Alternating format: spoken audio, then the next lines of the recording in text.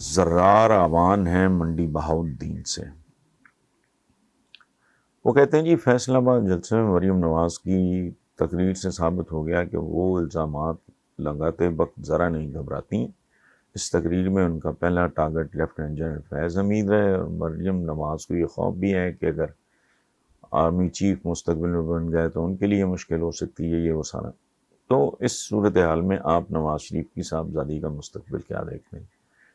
زرار آوان صاحب، پہلی بات تو یہ ہے کہ میں in terms of human beings میں نہیں سوچتا. کبھی سوچتا تھا میں جوانی کے دنوں میں، اب کافی عرصے سے میں in terms of human beings میں مجھے نہیں. اس کی سادہ وجہ ہے کہ مستقبل تو ہر انسان کا ایک ہی ہے، ایک صحیح ہوتا ہے، پیدائش اور موت، اس میں مکمل مساوات ہے. سو مستقبل کیا ہے؟ قبر ہے. ہندو ہو گئے تو جلا دیے جائیں گے، پارسی ہو گئے تو ٹاور آف سائلنس پہ، عیسائی مسلمان ہوں گے پٹی میں دبا دیے جائیں گے. اور کیا مستقبل ہونا کسی آدمی کا؟ اچھا، جہاں تک تعلق ہے مریم کے سیاسی مستقبل کا، تو بھائی ہمیں مریم سے زیادہ پاکستان کے مستقبل کے بارے میں فکر مند ہونا چاہیے. میں ذاتی طور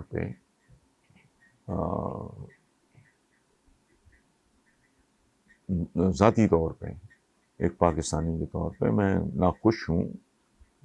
میری کوئی ذاتی وجہ نہیں ہے الحمدللہ. ناخوش ہوں، پریشان ہوں، اور آئی ہیو اے لاجک جو میں آپ کے ساتھ شیئر کرتا ہوں. آپ اس پر غور کریں، اس میں کوئی اضافہ کر سکیں تو میرے ساتھ شیئر کریں. کسی بھی معاشرے میں دو ستون ہوتے ہیں، ایک ہوتی ہے اشرافیہ، ایک ہوتے ہیں عوام.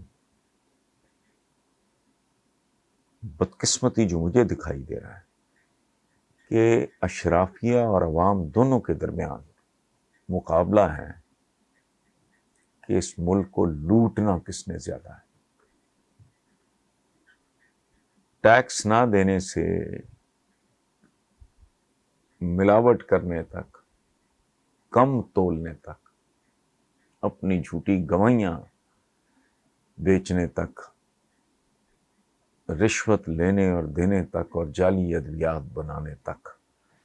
اشرافیہ اور عوام میں صرف ایک فرق ہے، عوام کی چونچ ہے وہ اتنا سا ماس، اتنی سی بوٹی چونچ کے مطابق ملک کی اتار رہے ہیں.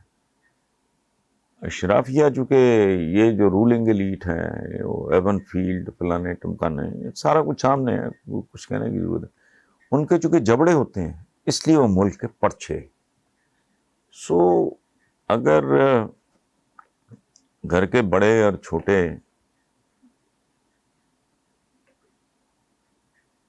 اگر نوچنے، بھموڑنے، کھانے،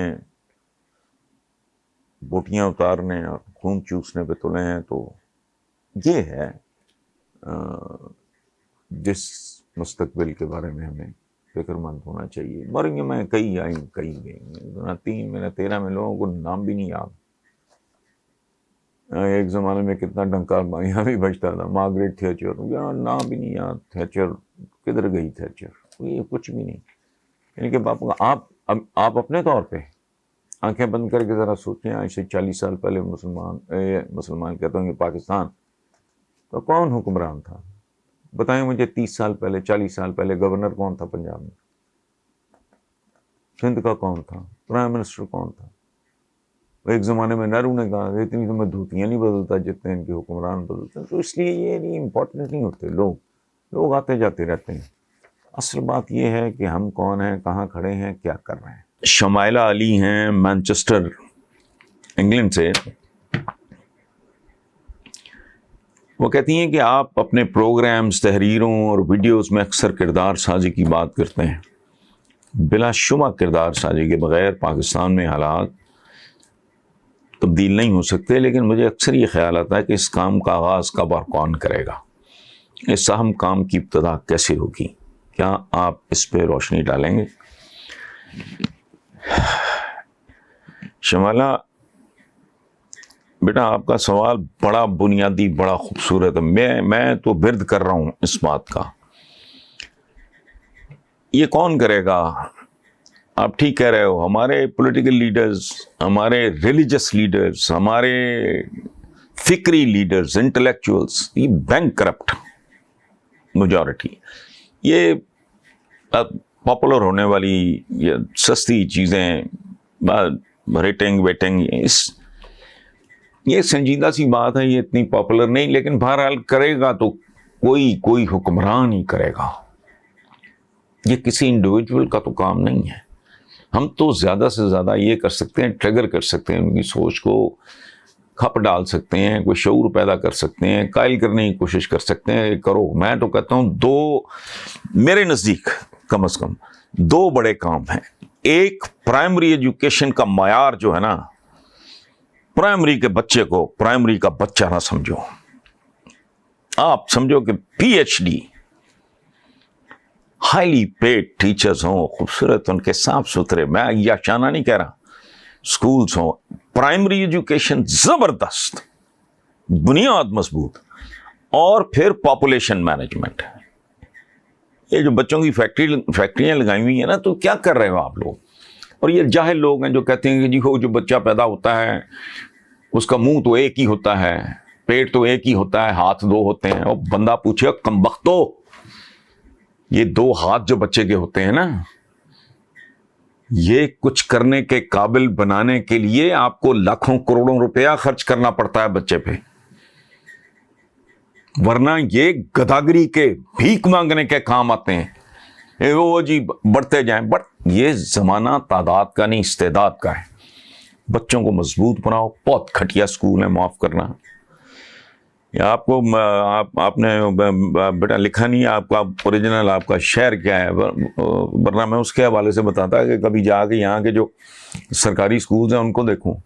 وہ جو ہائی پروفائل مہنگے سکولز ہیں وہاں کتنے % بچے جاتے ہوں گے ٹوٹل پاپولیشن کا؟ 2-2.5 کروڑ بچہ آپ کا ویسے سکول سے باہر دھکے کھا رہا ہے. چائلڈ لیبر عام ہے، رینٹ اے چائلڈ سوسائٹی ہے، رینٹ اے چائلڈ. بچہ کرائے پہ چلاؤ، چونکہ وہ رکشہ بھی نہیں لے سکتا، وہ ویگن بھی نہیں لے سکتا، وہ یہ بھی نہیں لے سکتا، وہ گھر بنا کے کرائے پہ نہیں دے سکتا. وہ بچہ جنتا ہے 6 سال کی عمر میں کرائے پہ چلا دیتا ہے.